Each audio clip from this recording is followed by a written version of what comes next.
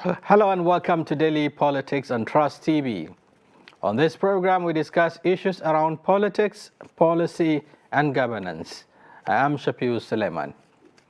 The crisis in the Kano chapter of the People's Democratic Party (PDP) has continued to brew following the controversial adoption of Sadiq Wali by the Independent National Electoral Commission (INEC). Despite first announcing Mohamed Abacha, son of former military dictator Sani Abacha, as the winner of the primary election in the state.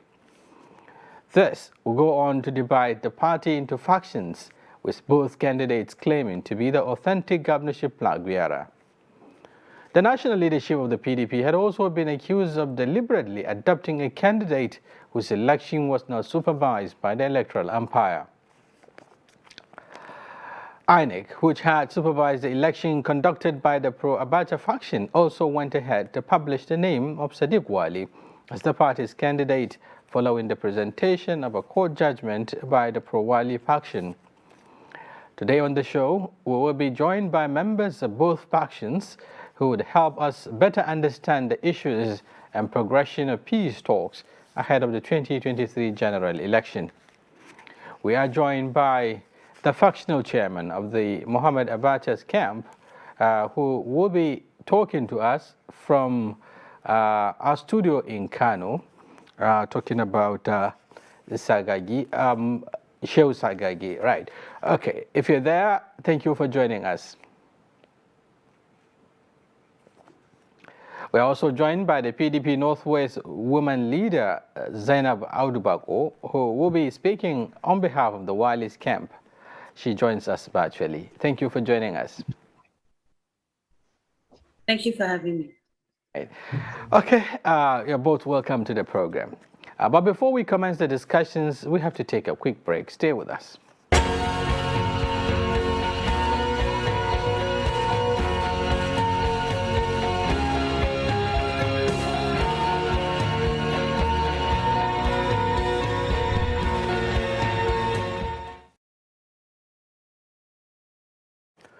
Thank you very much for staying with us. And now the conversation begins. I understand we may not likely get the factional chairman, if you like, of the Amin Wali camp, for some reasons. But we can go on with Hadiza, who is already up there, to Zainab, who is up there to give us some perspectives. Zainab, it's good to have you once again on the platform. Say that all Malamaya is about giving PDP to so Zainab, I think it's good for us to also. Zainab, if you're there. Yes, I am. Right, okay. Please lead us into this crisis, some would say, it's an internal party crisis, one too many in Kano. In most cases, you find out that party primaries, especially governorship primaries, always produce parallel, candidates. Why is it so? Well, this is not supposed to have happened, but unfortunately it has. Because if we go back to history, those that are in charge now, being a law-abiding citizen, the present chairman, Shehu Sagagi, has used the courts to get his position made as the state chairman. If we go back to history, the last election, I was a member of the caretaker committee. I was the woman leader of the Kano State PDP caretaker committee, while the state chairman now was the secretary then, led by Rabiu Suleiman Bichi. So we had the same experience now. So I'm surprised he's allowing this to continue, because I believe any member of the party should have the best interest of the party at heart. This shouldn't happen, but usually it does happen. Sometimes it does happen. And I believe it's just a power struggle. And I think we members of any party should have the best interests of the party at heart and not allow ourselves to put our parties through this. What is happening right now in Kano. The genesis of this crisis, yes, a party primary was conducted, which produced the son of late former head of state Sani Abacha, that's Mohamed Abacha, and but subsequently, that was substituted by the party. Is it to say that the party was not, aware of the first primary, or it is not a party to it? Why did the party backtrack now and then recognize the Amin Wali instead of Mohamed Abacha, who was actually elected at that party primary? The party has rules and regulations that it abides by for its congresses. And our party, one of the biggest party right now in Nigeria, among the major parties, has procedures for congresses. If you look at our electoral act or our electoral mandate, there is no congress that is valid unless the national sends an electoral committee. An electoral committee was sent to Kano. An electoral committee went and took their letter to INEC, to the police, to DSS, to every organ that was supposed to have been notified that they were going to do these congresses in Kano State. And they gave the venue, the date, and the time. And this Congress saw 7 of our gubernatorial candidates that did the primaries. So the fact that INEC said that it did not know this is surprising, because we have valid documents that were stamped by INEC for the electoral committee that was sent from the national body. And they conducted these primaries for these candidate aspirants, 7 of them, Mohamed Abacha included, and he did not win that primary. Sadiq Wali won that primary, and it was witnessed by INEC. So we are surprised by this, by INEC saying that they do not recognize it. So that is why the electoral committee took back all the results back to the national, and that is why national submitted the names of Sadiq Wali as the duly elected gubernatorial candidate. Yeah, but you did mention that it followed all the necessary procedures of party primaries in line with the new Electoral Act and so on. But then why is it? At what point does this change occur, and why did it happen? If actually we have a valid party primary that was conducted and a winner emerged. It was not changed. The primaries that the electoral committee sent by the National Working Committee, the National Executive Committee to Kano State conducted primaries, and Sadiq Wali became the elected candidate. So it was not changed. There was nothing like any changing, or that this name came up and then this one was changed. No. Our party is not playing games. Our party knows what it's doing. But the point Our party is coordinated.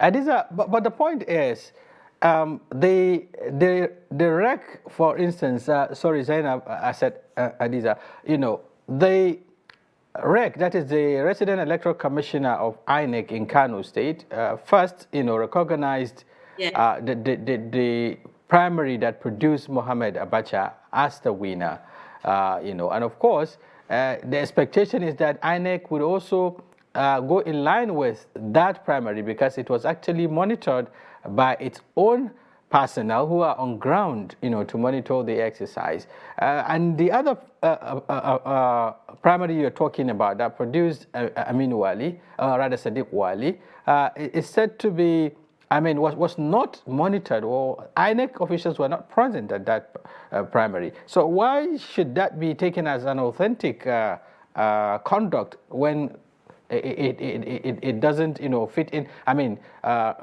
Get all the necessary requirements. As I said, our party recognizes Sagagi as the chairman of PDP Kano State because of a court order that has made that possible.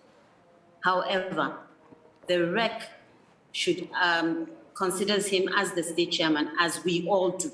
We are all law-abiding citizens, and we abide by the judgment of the court.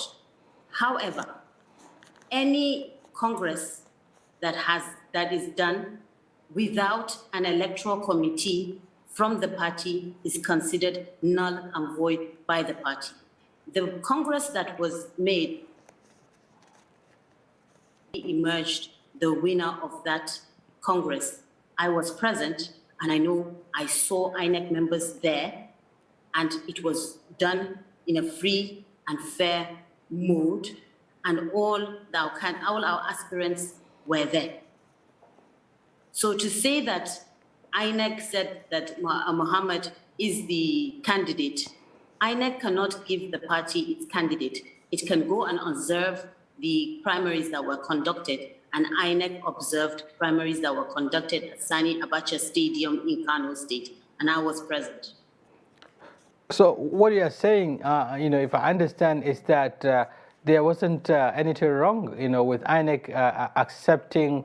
Well, of course, INEC has no candidate, just like the national chairman. I mean, the national chairman, did mention. But then its own is actually preside over and, of course, watch how the primary is conducted. But what happened at the? I understand there was also a litigation, against your faction, against, the faction of Sadiq Wali, which, came out of as a result of the outcome of that primary. But what are the issues? Why is it that, the other faction of the party has to go to court? It beats me as well. As I was saying, any member of a party who has the best interest of the party at heart does not take the party to court. It follows due process in trying to get its grievances tendered. And unfortunately, these people did not do that. They were supposed to, if they have any grievances, they're supposed to go to the party and settle that within the party amicably. But unfortunately, they committed an offense by the constitution of the PDP. It is an offense for any member to take the party to court. So it's surprising why they should not accept what the party has made and done, as we all are aware. And I'm repeating myself, I'm beginning to sound like a broken record, that any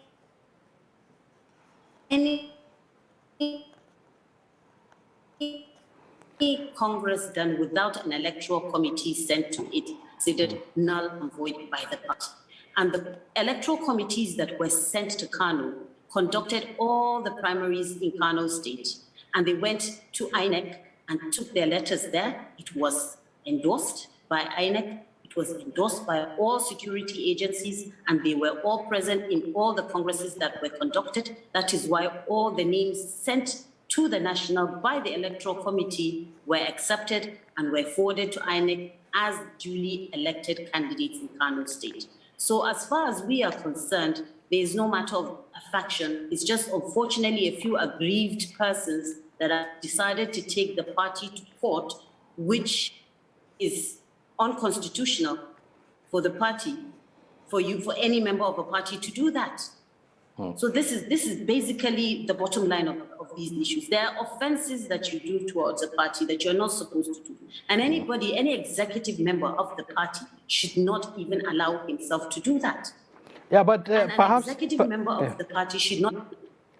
Well, perhaps the faction of the Mohamed Abacha, for instance, is also looking at the leadership of the party at the national level to have taken side. Perhaps that's the reason why it has to go to court, to ventilate its grievances. Do you think that some of you you've already talked about, the fact that you were part of the you are at the primary that was conducted, and you give back into it just like you did. So perhaps they are also worried whether the national leadership of the party would do justice to the issue or not, and perhaps that's why they have to go to court. No, they're not supposed to do that. If you look at our Constitution, Chapter 10, Section 58, subsection 1, says no member should resort to court actions or litigations on any disputes or on any matter whatsoever concerning rights, obligations, and duties of any member of the party without first availing himself of remedies provided by the party under this constitution. So if there's any grievances or if there's anything they believe was done against them unjustly, they're supposed to go to the party and get that remedies done. We have committees that sit and listens to all these grievances. We have appeal committees and so on and so forth. You don't take the party to court. Okay. It's like you're ridiculing the party. You don't do that. Okay, now looking at the implications of all of this, your party, the PDP in Kano, is already on the edge. Some will say it has reduced perhaps to, it is almost non-existent considering the fact, the emergence, if you like, of the NNPP, which is the New Nigeria People's Party. It was said to have taken over the opposition status of the PDP. And are you not worried that this internal crisis would further diminish your chances? Not at all. Not at all. There are two parties in Nigeria as far as I'm concerned and as far as a lot of people are concerned. We have APC and the PDP. Any other party, the minority party or regional party, sectional party, and so on and so forth. So in Kano State, we have the APC and the PDP. Yes, there are other parties that are dominant, that are going to happen. The internal crisis, as you rightly said, that we are encountering or we are having in Kano State is something that we're going to overcome. It's a family issue. There's no party that doesn't have internal crisis. The ruling party has it. They're going through theirs as well, and it's something that we will overcome sooner or later. And in fact, hopefully sooner, because everything is on.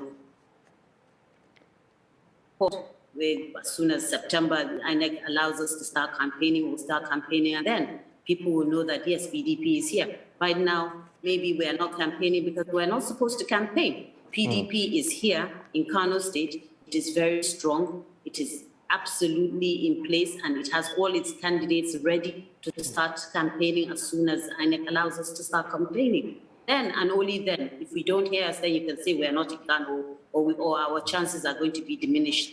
We have a very, very high chance in Kano State, and inshallah, you're going to see how well we're going to do at the 2023 elections. But some say already you're losing grounds. The fact that a number of your party members, including chieftains, are living in droves, to the NNPP, which has a very strong, grassroots appeal in Kano. And of course, you're also talking about overcoming the crisis. At a point, the two factions, so to speak, and the two contending forces are also holding on to their grounds. There seems not to be any possibility of reconciliation. What gives you that confidence that the party will emerge stronger? The two major parties have people decamping from cross-carpeting, decamping, call it whatever you want to call it. But these are things that politicians do, unfortunately. I think we're supposed to have politics with the, people are supposed to stay in their parties and abide by their parties and rules and regulations, etc. However, people, because of interest, politics is a game of interest and numbers. Because of interest, you see people jumping from one party to another. There are so many chieftains that have jumped from APC to PDP, and there are so many from PDP to APC as well, and other parties, and also from the minority parties as well. They leave their parties and they come to our own, and so on and so forth. This is something that has been going on and continue going on until the last minute. It's interesting. Maybe they are in their parties and they've not been given candidacy. Then they will come to another party and try and get that candidacy from the other parties. This is what is going on. They're just cross-carpeting, so it's not unusual, or it's not rare, or it's not something that is happening to PDP alone. It's something that is general. Yeah, but why is it prevalent? And chieftains and small Mm. Why is it prevalent in the PDP? Some say perhaps lack of internal party democracy. And you also earlier talked about the mechanisms to address some of these grievances. If your party chieftains are living in droves, some will say you are lacking, internal party democracy or mechanism to address, grievances. Don't you think, this is, some would say, is synonymous with the party? There are no chieftains that are leaving the PTP and moving to other parties. They are, as I said, there is no party that does not have members cross-carpeting from one to another. And usually it is the candidates that do that. The chieftains are there. If you go to the PDP in Kano State, if you go to the PDP at the national level, all our chieftains are there. They have not cross-carpeted from the PDP to another party. So we are very confident, and we know that we're very strong in Kano State. All our chieftains are in place, and we are going to start campaigning when the time is right. Right now, as you rightly said, yes, there are a few internal crises which is not peculiar to the PDP. It is also there in the APC and other parties. And everybody is trying to get their house in order so that when campaigning starts, we'll campaign in full and as one family. But this is something that is not unusual to politics and politicians and to party members. Everybody wants to go and get their feet on the ground. Once they're there, then the game begins. So right now, everybody is trying to get their positions in different parties. It's not peculiar to the PDP. The PDP, as I'm maintaining it, we are strong, we are ready, and we are going to make a difference in Kano. We are going to clinch the seat in Kano. We're going to move the APC out of government, and we're going into the government house, inshallah, in Kano State. Are you perhaps downplaying the impact of the defection of a very strong member of the party, talking about the former governor of the state, Rabiu Musa Kwankwaso? Because if you said the party remains intact even after he left, some will begin to wonder who is left behind. He seems to have gone with his structure and everything, and the party is reduced to. Well, let me get your reaction. Is it to say that his defection from your party hasn't done any impact? There is no party that wants one member to leave its party. But what I want you to understand is that a tree does not make a forest. If one member of the party leaves, it's unfortunate. He is somebody that we all want. He's somebody that we all look up to. But unfortunately, he has made his choice. He has come. But there are other bigwigs, BOT members, NEC members that are in the party and are still in Kano State. So that in itself, I'm saying, is enough for us. Yes, he has left the PDP. He was in the PDP since 1999. He became a governor twice under the PDP before he defected to the APC and then came back to the PDP and then moved again now to the what's it called? NMPP. So just because he left, that doesn't mean the party will die away. As I said, a tree does not make a forest. He's one member of the party. He has followers. Some of his followers have left and others have not left. I, for example, I was the Kokosia woman leader. I was the PDP state, Kano State woman still in the PDP. So there are a lot of people that have not left with him, and there's some that have left with him. So the PDP is still strong, it's intact, and we're doing very well, and we have gotten our house in order. The crises that are going on, lingering in our party, in as other parties, is something that we're going to overcome, as I told you, and we're going to start campaigning when the time is right, and that is when you see what the PDP is up to in Kano State. But we've had, the contending candidate, of the PDP in Kano talking about the fact that this crisis could also undermine the chances not only of the Kano PDP, but even its presidential candidate, talking about Atiku Abubakar. Didn't you think your party, is enmeshed in one crisis too many? It is battling with a crisis at the center, right now, the BOT has set up a committee, to wade into a lingering acrimony between the presidential flag bearer and the River State governor, Nyesom Wike, and that is at the center. And back home in Kano, which is a very stronghold, a very strong, state in terms of the voting numbers, and yet you're also having crisis. Do you think, with all of this, may put the party on the edge?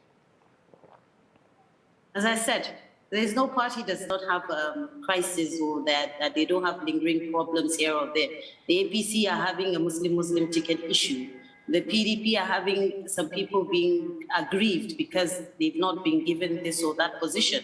So this period is a period of reconciliation, is a period of pacifying those that are aggrieved in all the parties, PDP not accepted. So the fact that Atiku Abubakar is a strong contender, if you remember the last time, he won his elections in Kano State. So he's going to do it again this time around. So it's not an issue. These crises that you're looking at is as something that is so big. It's not big to any politician, any politician that has experience and that knows the intrigues of politics will tell you that these are crises that we will all overcome. PDP include the Muslim ticket. Now the vice president is going around letting people know that the reasons why he's there and why they should accept it. So these are things, they are all moving out of the party because of the Muslim ticket. In our own case, you're saying that the BOT are sitting down with Wike trying to pacify him. His Excellency Wike is one member of the PDP that we are very proud of having him. We look up to him. He's a strong member of our party. We're very proud that he is there, and he's not going to leave the party. That is one thing I know. Yes, there are issues that he wants for our national to look at, and for His Excellency Atiku Abubakar to also consider. And I'm sure there are things, they're all matured enough to sit down on a round table and get over it. They are not issues that are going to rock the party. They are not issues that are going to make people not vote for the party. They are issues that are internal, and they are going to be overcome. There is no family that does not have internal crisis. Talk less of a party that has diverse cultures, religion, etc. That is why Atiku is calling himself the unifier. He's going around, he's going to unify all of us, and we are going to be a unified family, and we're going to go towards the 2023 election as one, both in the states and at national level. So this is not any issue that is just peculiar to the PDP. Right. Okay. It's about time. Perhaps we take a break. And unfortunately, just like I said earlier, we were unable to get Shehu Sagagi, who is the factional chairman of the Mohamed Abacha camp of the PDP in Kano. He happened to cancel, his appearance, few minutes to the program. We hope. Something really came up, but then we hope to also have him in subsequent editions of the program. For now, we've been interfacing with Zainab Bako, who is the Northwest Women Leader of the People's Democratic Party, the PDP, and together we'll be looking at the internal crisis rocking the PDP in Kano State. It's a fallout of parallel congresses that were conducted, a few months ago. We'll take a break. When we return, we'll look at other issues, of course, especially as we head towards 2023 elections. Stay with us. As the 2023 elections draw near, remember, evil prospers when good men and women only wish for peace, but never take a step to make peaceful elections happen. Are you a father? Are you a mother? What are you saying to your children as elections approach? Have you warned them not to let themselves be used to cause violence? Have you explained to them what the consequences of electoral violence might be? Do your part to make peaceful elections happen. Talk to your children. Protect them from unscrupulous politicians who want to put them in harm's way, while their own children are comfortable at home, within and outside the country. Let's join hands to make 2023 elections peaceful. This message is from the National Orientation Agency, NOAA.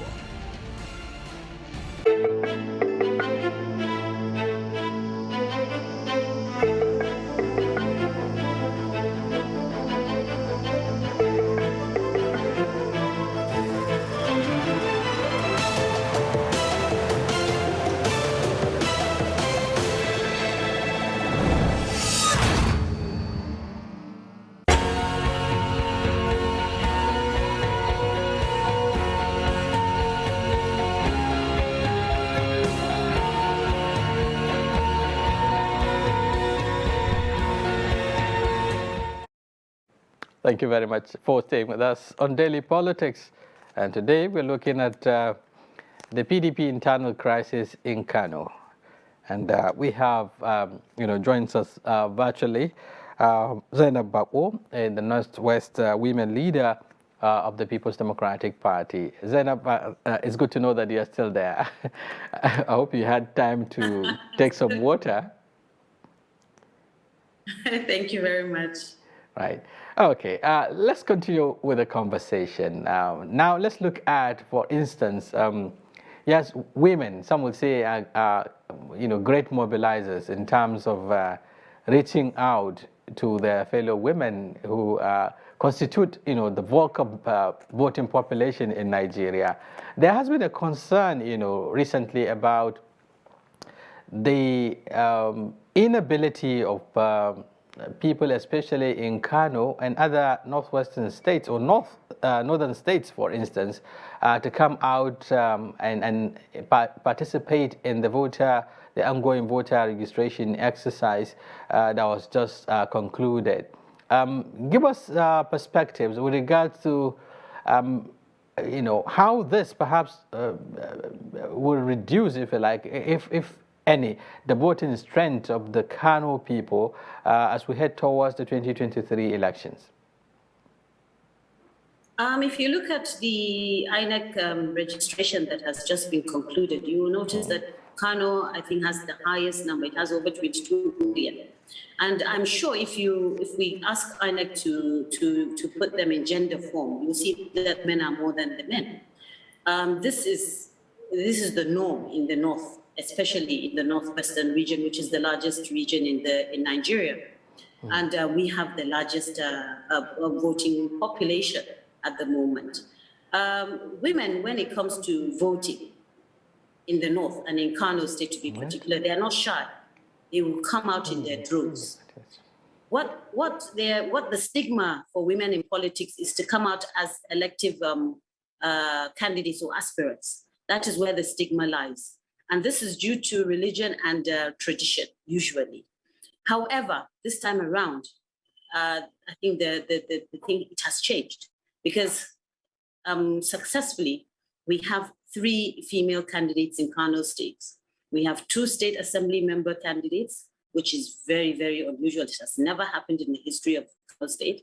And then we have 1 House of Rep candidate, which is also right. It only happened once. I think it was in the 1999 or so, Honorable Azimi Bebeji.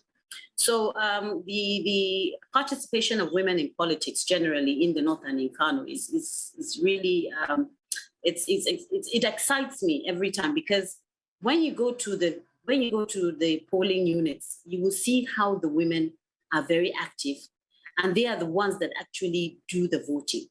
They come out in droves, as I mentioned earlier, and they do make a difference. That is why a lot of the candidates look for women when it comes to voting. A lot of the candidates ask women to come out and vote. And if a woman says she's going to vote for you, she will vote for you. And if she says she's not going to vote for you, there's nothing you can do to her that will make her vote for you.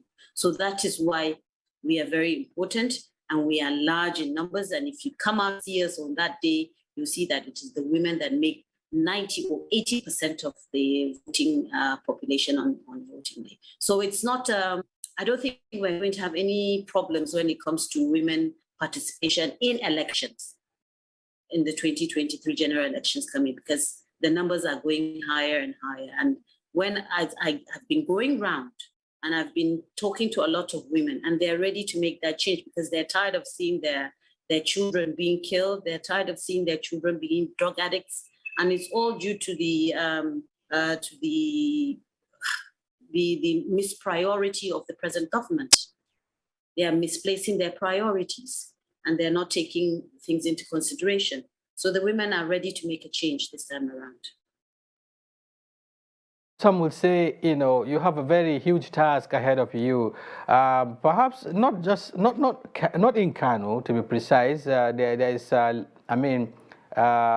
limited number of, or rather, the security situation in the northern part of the country is not much pronounced in Kano, but you have a great challenge, reaching out to women.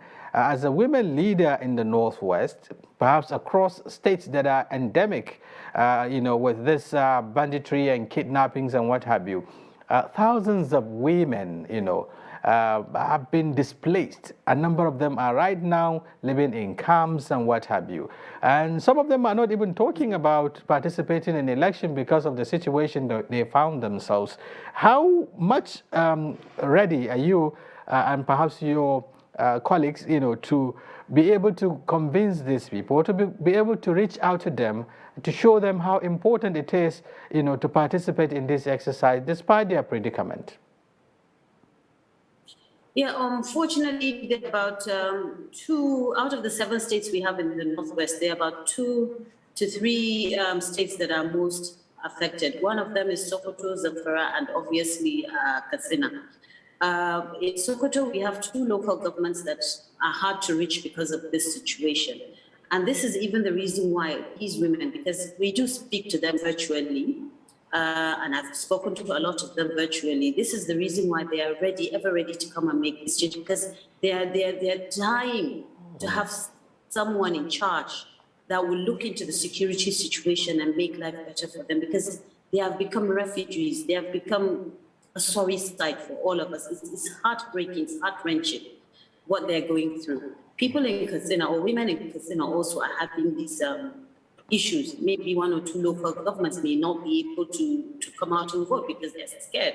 So yes, these are areas that are hard to reach. They're areas that I will also be very scared to go to, but they're areas that we're trying to make ways. Like I said, we do virtual meetings with some of them, and we have to sort of like get avenues that will be able to come and vote. That is why they are so on, and they have gotten their PVCs so that they can use their PVCs, they can use their rights to change, to bring people who they know will take into consideration the situation of the security in their various constituencies and do the right thing, because those in power right now are not doing the right thing. Unfortunately, PDP has just 1 state in the Northwest now. That is why we're trying to do everything possible to change it, both in all the states, in the 7 states, and national, bringing the presidential candidate to win the election, so that we will see what changes as per the security situations that we're having right now in the North, which is really unusual. It wasn't like this before. But unfortunately, this is happening, and it's frightening, it's scary, it's heart-wrenching, and it's something that can be stopped. So I don't understand why the people in charge are not doing the right thing. And the situation, the poverty, the situation that we have on ground now, is what is making all these insecurity and the thuggery and whatever going on. Why? Because our youth are not engaged. They are not engaged. Our youths are down redundant.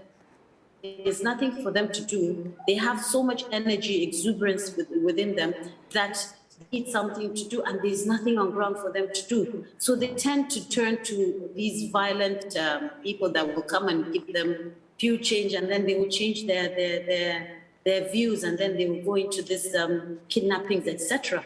It has become a business, a lucrative business right now. So once we engage our youth into something meaningful, something positive, I'm sure all these insecurity will stop, because how can you go and kill your brother. It doesn't make sense. Yeah. So government needs to do something. Right. You talked about, you admitted the fact that, the ruling party, that is the APC, is dominant in this part of the country. You're talking about the north, and then by extension, northwest, where you have only one PDP state, that is Sokoto, for instance.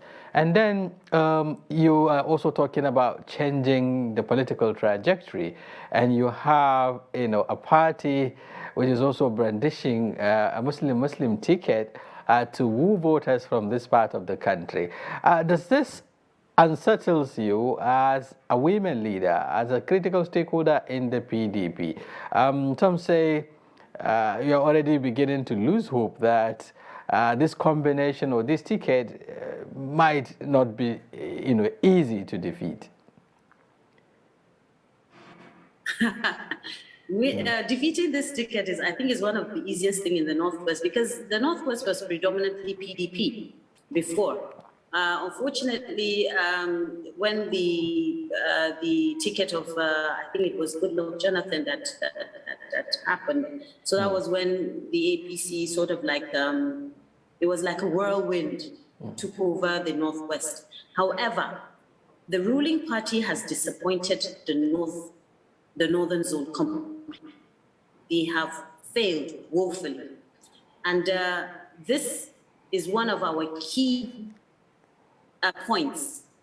And this is one of the key reasons why a lot of us in the Northwest have decided they're going to go vote for the PDP, because the APC has. But that is your projection, Zainab, when you say a lot of you decided, perhaps you can speak for yourself. As I said, I'm a woman leader. I go into nooks and crannies of all these states. I speak to the women that vote.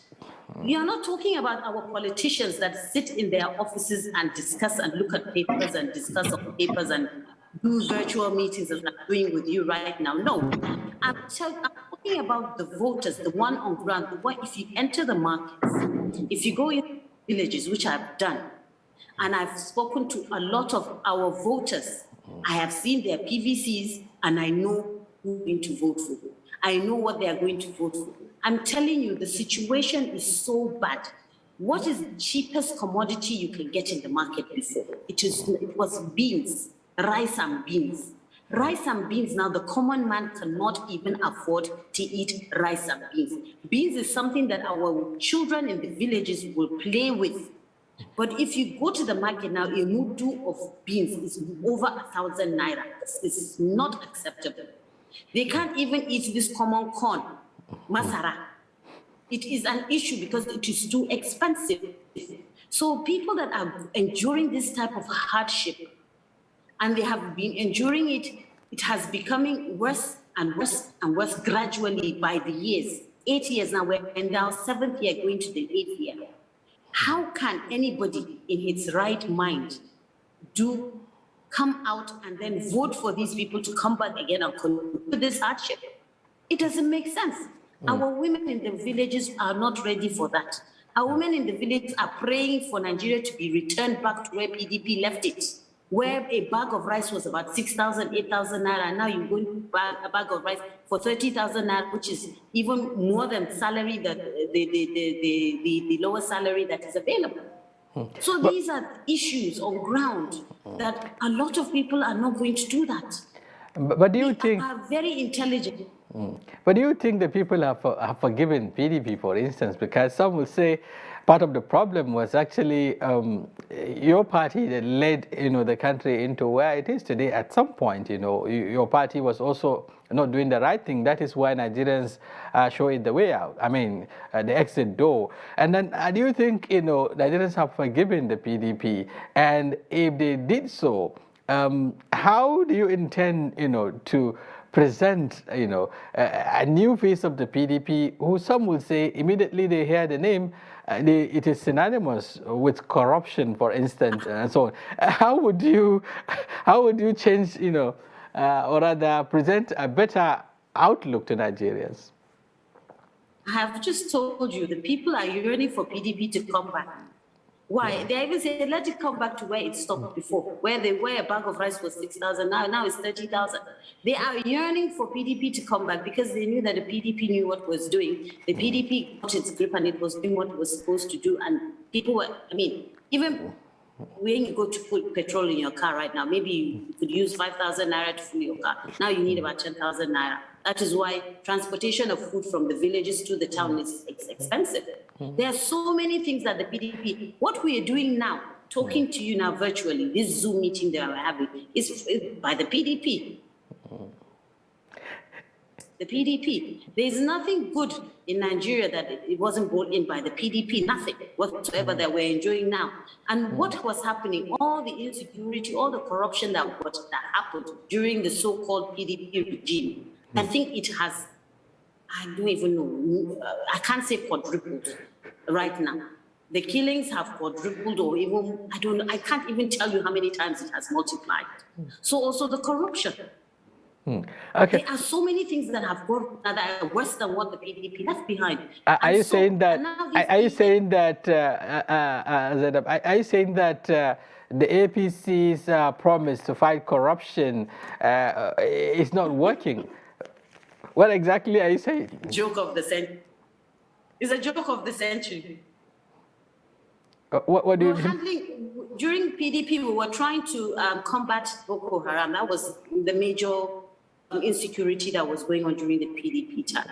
But right now, we have banditry, we have Boko Haram, kidnappers, we have, name it, is there. Before, if you go to the mosque, yes, maybe it will be bombed, police stations will be bombed, etc. But right now, people living in their homes are being attacked and are being kidnapped. There are so many things that have gone wrong in this regime. So many misplaced priorities. I do not understand what went wrong. And I do not understand how they have let it gotten to this. There is so many things that are going on. Insecurity, corruption of the highest order is going on right now. So it's just unbelievable. I can't even term it. I can't bring a term to certify what is going on at the moment. But it's really, really unacceptable. Right. That is why I said the ruling party has failed Nigerians woefully. They promised security. They said that the PDP president should resign because he was not able to control the security situations then. But what is happening now is a question that all Nigerians are asking. What happened? How come you have promised us that you're going to get everybody, the security on course, but unfortunately it has become worse? Right. Okay. I can't travel from Kano to Abuja. I appreciate the fact that you also admit, some of the lapses or some of the misgovernance, that was associated with your party, which is quite objective. But then, before we round up, I would like to get your perspective as perhaps a member of the National Executive Committee, if you like, or Council of the PDP. Right now, there is a reconciliatory move, to reconcile. Or rather to bring back or to pacify, as you said, one of your very strong members, talking about the River State Governor, Nyesom Wike. How do you think, what do you think needs to be done by your party to be able to address this problem so that, it can still come back, to be stronger, just like it used to be, without this acrimonies? Well, just a slight point of correction. I'm not a member of the NEC. I'm not a member of the Executive Council. I'm a member of the Zonal Working Council. It's our zonal chairman that is a member of NWC. That's right. However, the PDP, as I said, have gotten everything on ground. All hands are on deck, getting our house in order. There's a reconciliatory committee on ground. They are doing the right thing. The national chairman knows what he's supposed to do. Our presidential candidate is on course, and His Excellency Wike is also on course, and we are sitting down with him, or they are sitting down with him rather, and they are coming up with a good conclusion. And I'm telling you, and I'm trying to. I want you to believe me when I tell you that PDP is coming back in full force. PDP is coming back bigger, better, stronger, and we are ready to rescue and rebuild Nigeria under the leadership of our great party, and our presidential candidate on the platform of the great PDP is going to articulatedly unify us all. On that optimistic note, Zainab Bako, Northwest Women Leader of the People's Democratic Party, the PDP, we come to the end of these discussions. We do hope, if we're able to get the other faction of the PDP in Kano, you were also obliged to be with us so that we can, look at the issues. Thank you very much once again for talking to us and this long. It has been a very wonderful conversations with you. Pleasure having having this discussion with you. I'm highly honored. And on behalf of the women of the Northwest Zone, thank you very much. On behalf of the PDP, zonal and the national, we thank you very much for having us and for hearing our side of the story. And I hope you do justice to this issue. And inshallah, Kano. Thank you very much. On behalf of the guests and of course the technical crew, my name is Shafiu Suleiman. Join us tomorrow where we'll be back with another topic and personalities. Until then, enjoy the rest of your day.